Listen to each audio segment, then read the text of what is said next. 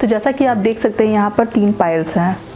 First pile is this, pile number 1 जिसके ऊपर rose quartz रखा है, पाइल नंबर 2 जिसके ऊपर क्लियर क्वार्ट्स रखा है, और ये पाइल नंबर 3 जिसके ऊपर ये एमेथिस्ट वॉन्ड रखा हुआ है। सो आप इन तीनों में से कोई भी एक पाइल को चूज़ कर ले जिससे भी आप ज़्यादा रेजोनेट कर पा रहे हो, and then I will tell you कि आपके लिए महादेव का क्या मैसेज है। सो गाइज, अगर आपने रोज़ क्वार्ट्स वाला पाइल चूज़ किया है तो देखते हैं आपके कार्ड्स क्या हैं। Nearing sky clad, page of cups and remain positive. So page of cups ये इंडिकेट करता है कि कहीं ना कहीं आप स्पिरिचुअलिटी की तरफ आगे बढ़ सकते हैं। As per my intuition it seems like कि स्पिरिचुअल वर्ल्ड में आपका काफ़ी इंटरेस्ट है और वहाँ पर एक नई शुरुआत हो सकती है और आपको कई सारे हिंट्स भी मिलेंगे आसपास के। तो अपनी आँखें, कान, अपने सेंसेस को बेसिकली खुला रखें क्योंकि आपको इंट्यूशन से कई चीज़ें पता चलती हैं।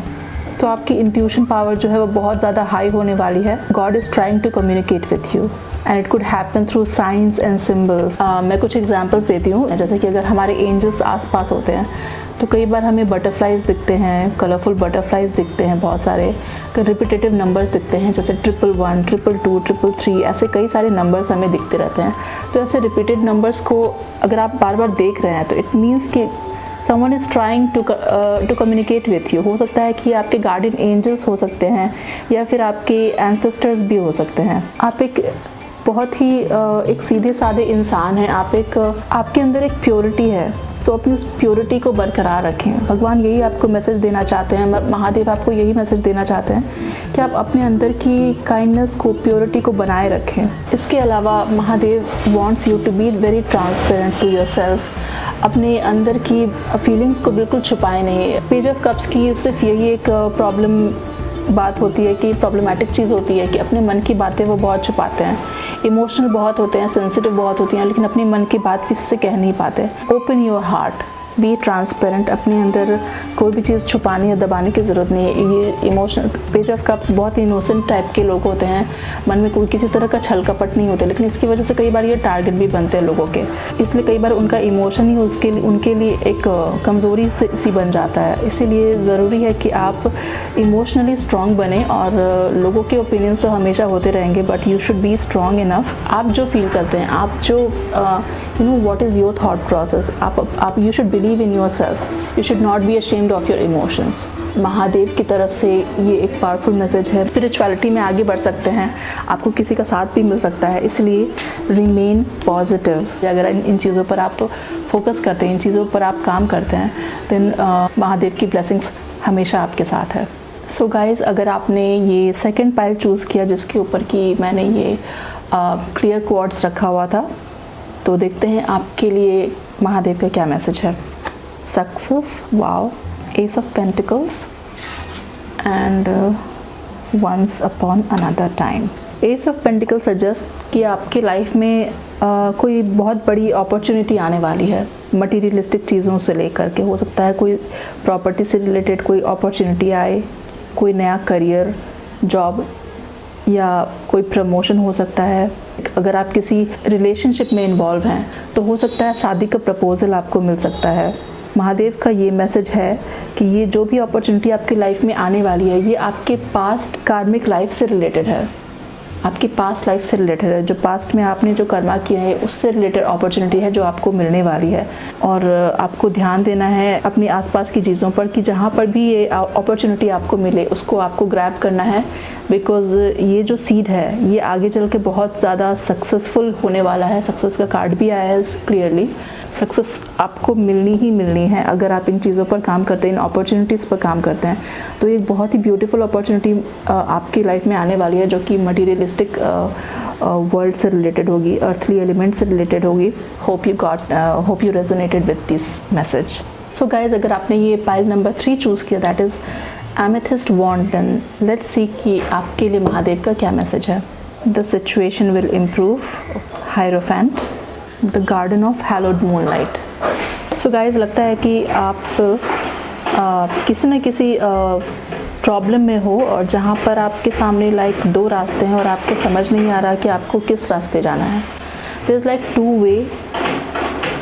आप एक ऐसी जद्दोजहद, एक किसी ऐसे प्रॉब्लम में फंसे हुए हो जहाँ से जहाँ से निकलने का आपको सिर्फ 2 ही रास्ता दिख रहा है। तो आपके लिए महादेव का यही मैसेज है, तो आपको ना किसी गुरु से आपको मिलना चाहिए।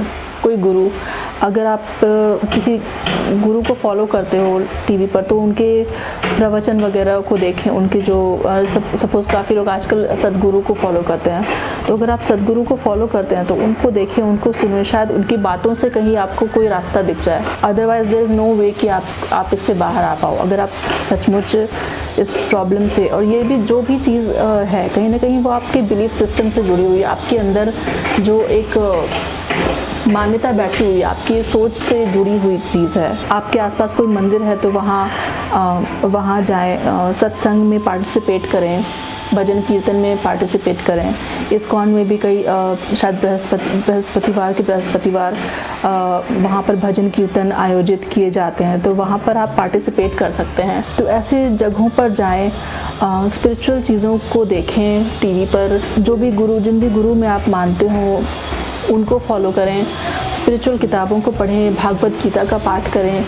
सिर्फ भागवत गीता ही नहीं बल्कि जो भी मतलब अगर कोई स्पिरिचुअल बुक है या फिर कोई भी सेल्फ हेल्प बुक है जो आपको पॉजिटिविटी की तरफ ले जाए। हो सकता है आप जब मंदिरों में जाओ, आप वहाँ पे पार्टिसिपेट करो भजन कीर्तनों में, तो हो सकता है आपकी मुलाकात किसी ऐसे इंसान से हो जाए जो आपको सडनली उससे आपको अपने प्रॉब्लम से बाहर आने का सोल्यूशन मिल जाए। कई बार होता है ना कि हम कहीं पार्टीज में जाते हैं, अपने दोस्तों से मिलते हैं, सडनली उनके मुँह से कोई ऐसी बात निकल जाती है तो हमें आइडिया आ जाता है कि ओ वाह, ये तो मैंने तो कभी सोचा ही नहीं कि ऐसा भी कर सकते हैं।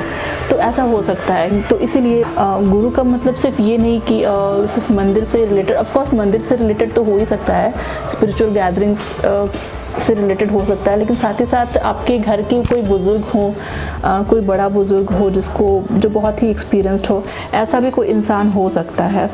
सो अपने गुरुओं से, जो भी आपके बड़े हैं उनसे सलाह मशवरा करो, तो वहाँ से आपको रास्ता ज़रूर मिलेगा। The garden of haloed moonlight ये सजेस्ट कर रहा है कि जब आप अंधेरे में हो, आप डार्क फेज में हो, तो गुरु जो है वो एक पूर्ण चंद्रमा की तरह आपको वो रोशनी दिखाएगा इस डार्कनेस से बाहर निकलने के लिए। इसलिए गुरु की बात सुनना बहुत ज़रूरी है। अपने बड़ों की बात सुने, वो जो भी आपको सलाह देते हैं उस पर गौर करें, उस पर काम करें। आप ज़रूर इस फेज से बाहर आ जाएंगे। जो भी सिचुएशन है, और सिचुएशन से रिलेटेड ये ब्यूटीफुल सा मैसेज है भगवान महादेव का आपके लिए, that the situation will improve. इससे बड़ी और क्या चीज़ हो सकती है। जो भी आप सिचुएशन में फंसे हुए हैं, इन सब चीज़ों जो भी मैंने आपको बताई, इन चीज़ों को अगर आप फॉलो करोगे तो जो भी सिचुएशन में हो करंटली, आप उससे डेफिनेटली बाहर आ जाओगे। जो भी चीज़ें हैं, जो भी चीज़ों से आप डील कर रहे हो, उससे डेफिनेटली बाहर आ जाओगे। आपको एक परफेक्ट रास्ता मिल जाएगा इससे बाहर आने का। आई होप आप इस मैसेज से रेजोनेट कर पा रहे हो। महादेव का जो भी मैसेज है आपके लिए, आई होप आप उस पर काम करें ताकि आपका फ्यूचर बेस्ट से बेस्ट हो। इसी उम्मीद के साथ I end this video. So happy Mahashivratri to you all. ओम नमः शिवाय।